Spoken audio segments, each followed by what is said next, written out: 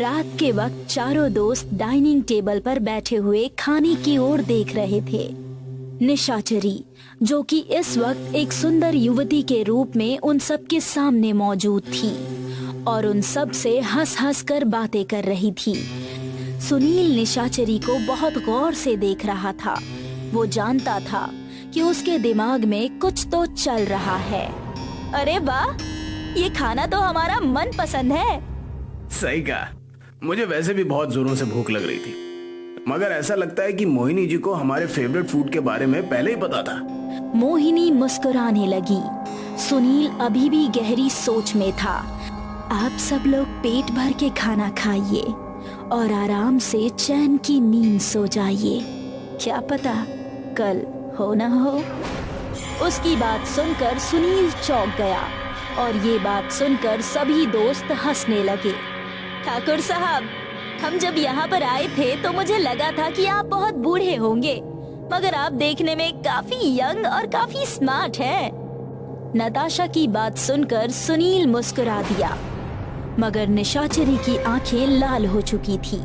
चारों दोस्तों ने पेट भर के खाना खाया और वो सब अपने अपने कमरों में चले गए। नताशा ने अपने कमरे का दरवाजा खोला ही था कि अचानक उसके कमरे की लाइट चली गई। चारों ओर अंधेरा छा गया। उसे ऐसा महसूस हुआ जैसे कि कोई उसके पीछे खड़ा हुआ है। नताशा बुरी तरह से घबरा गई। अचानक निशाचरी उसके सामने आकर खड़ी हो गई और उसने एक सेकंड में नताशा का गला उसके धड़ से अलग कर दिया और उसकी जोरदार चीख उसके हलक में ही फंस कर रह गई। आर्यन सोने की तैयारी ही कर रहा था कि अचानक उसकी नजर बैग पर पड़ी। वो बैग नताशा का था। आर्यन समझ गया कि लगता है कि उसका बैग नताशा के कमरे में और नताशा का बैग उसके कमरे में आ गया है। आर्यन बैग लेकर नताशा के कमरे में पहुंच गया। उसकी आंखें फटी की फटी रह गई। उसने देखा नताशा का धड़ जमीन पर पड़ा हुआ था और उसकी गर्दन अलग पड़ी हुई थी और रक्त फर्श पर पड़ा था और एक अजीब सी डायन फर्श पर पड़े हुए खून को बड़े ही चाव से पी रही थी। वो वहां से भागने ही वाला था कि अचानक निशाचरी उसके सामने आकर खड़ी हो गई।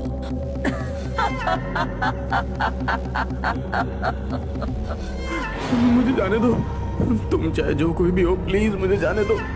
ऐसे कैसे जाने दूं मैं तुझे? तेरा खून पीना तो अभी बाकी है। मैंने सोचा था कि कुछ देर बाद आराम से तेरा खून पीऊंगी, मगर लगता है तुझे मरने की बहुत जल्दी थी, जो तू खुद ही यहाँ पर चल कर आ गया। अरे मैंने तुम्हारा क्या बिगाड़ा है? तुम मुझे क्यों मारना चाहती हो? क्योंकि मुझे इंसानों का खून पीने से ताकत मिलती है और मैंने जब से खून पीना शुरू किया है, मैं दिन ब दिन ताकतवर होती चली जा रही हूँ। मेरी शक्ति दिन ब दिन बढ़ती जा रही है।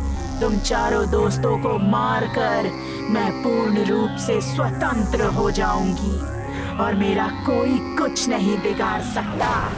और फिर उसके बाद मैं सुनील को भी मार दूंगी। अरे तुम क्या कह रही हो? मुझे कुछ समझ नहीं आ रहा। तुझे समझने की जरूरत नहीं है। मरने के लिए तैयार हो जा। इतना कहकर निशाचरी ने अपने पंजों को आर्यन के सीने में गाड़ दिए और अपने दांत उसकी गर्दन पे गाड़ दिए। कुछ ही सेकंड्स में निशाचरी आर्यन का भी खून का एक एक कतरा पी गई और आर्यन का शरीर बेजान होकर फर्श पर गिर पड़ा। राहुल की आंख लगी ही थी कि तभी अचानक उसे अपने ऊपर किसी के बैठे होने का आभास हुआ। राहुल ने अपनी आंखें जैसे ही खोली तो उसने देखा कि एक भयानक औरत उसके सीने पर बैठी हुई उसे खा जाने वाली नजरों से देख रही थी। राहुल की चीख निकल गई। कौन हो तुम? मैं तेरी मौत हूँ। तुझे नहीं पता, तेरे दो दोस्तों का खून बहुत ही ज्यादा स्वादिष्ट था। अब तेरी बारी है। देखती हूँ कि तेरे खून में भी क्या उतना ही स्वाद है। जो तेरे 2 दोस्तों के खून में था। क्या क्या क्या हुआ? मेरे दोस्तों के साथ क्या किया तुमने? निशाचरी ने एक झटके से राहुल के साथ भी वैसा ही किया जैसा कि उसने आर्यन और नताशा के साथ किया था। राहुल का शरीर भी बेजान होकर जमीन पर गिर गया। उसके बदन के खून का भी एक एक कतरा निशाचरी पी गई। राहुल, आर्यन और नताशा को मारने के बाद निशाचरी शिल्पा के कमरे में पहुंची, मगर निशाचरी ने देखा कि शिल्पा अपने कमरे में मौजूद नहीं थी। सुनील अपने कमरे में बेचैनी से टहल रहा था। उसका दिल उन चारों लोगों के बारे में सोच सोच कर बैठा जा रहा था। सच तो ये था कि उसके दिमाग में भी यही चल रहा था कि आखिर निशाचरी, जो कि अब तक सिर्फ उसे ही नजर आती थी, अचानक बहुत सुंदर युवती का रूप लेकर उन नौजवानों के सामने क्यों आ गई। इसका क्या मतलब हो सकता है कि तभी सुनील को दरवाजा खटखटाने की आवाज आई। सुनील ने जैसे ही दरवाजा खोला तो उसने देखा कि उसके सामने शिल्पा खड़ी हुई मुस्कुरा रही थी। उसने ब्लैक कलर की बारीक सी नाइटी पहन रखी थी। वो इतनी बारीक नाइटी थी कि उसका जिस्म साफ साफ दिखाई दे रहा था।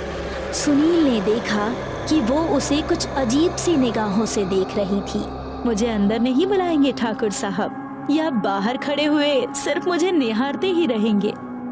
इतना कहकर शिल्पा खुद ही कमरे के अंदर चली गई। सुनील ने दरवाजा बंद कर दिया। अचानक उसके दिमाग में निशाचरी का विचार आया। तुम मेरे कमरे में क्यों आई हो? बात असल में ये है ठाकुर साहब कि जब मैंने आपको पहली बार देखा तो मुझे आपसे उसी वक्त मोहब्बत सी हो गई, और मैंने डाइनिंग टेबल पर देखा था कि आप भी मुझे चुपके चुपके देख रहे थे। शिल्पा ने सुनील का हाथ पकड़ लिया। बहुत समय बाद किसी स्त्री के स्पर्श से सुनील के कदम अचानक डगमगा गए। उसे ये भी याद नहीं रहा कि उसकी इस हरकत से निशाचरी बुरी तरह से क्रोधित हो जाएगी।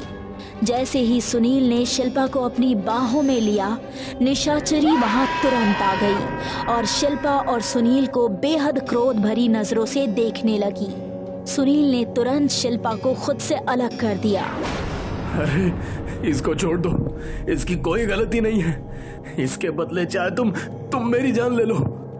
तुम्हारी ये इच्छा भी मैं बहुत जल्द पूरी करूंगी। बस मुझे इसका भी खून पीना है।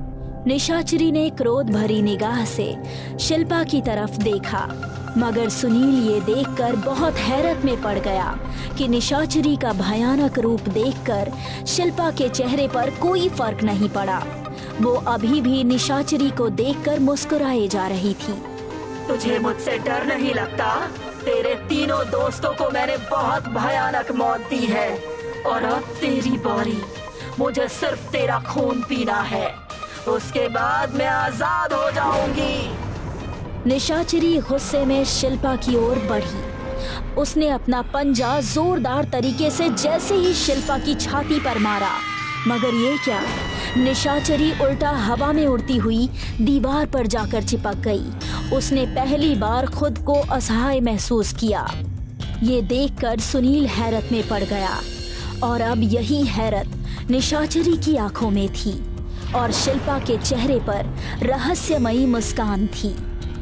जरूर ये तेरी ही करतूत है। मुझसे पीछा छुड़ाने के लिए तूने जरूर किसी तांत्रिक का सहारा लिया है। चलिए मेरे साथ, मैं आपको इससे छुटकारा दिला सकती हूँ, वरना ये आपको भी मार डालेगी। ज्यादा सोचिए बात। लेकिन कहाँ? मुझ पर भरोसा कीजिए, चलिए मेरे साथ। आज अमावस है, अभी ये कुछ देर तक कुछ नहीं कर सकती। सुनील वैसे भी निशाचरी से तंग आ चुका था। वो बगैर सोचे समझे शिल्पा के साथ चला गया।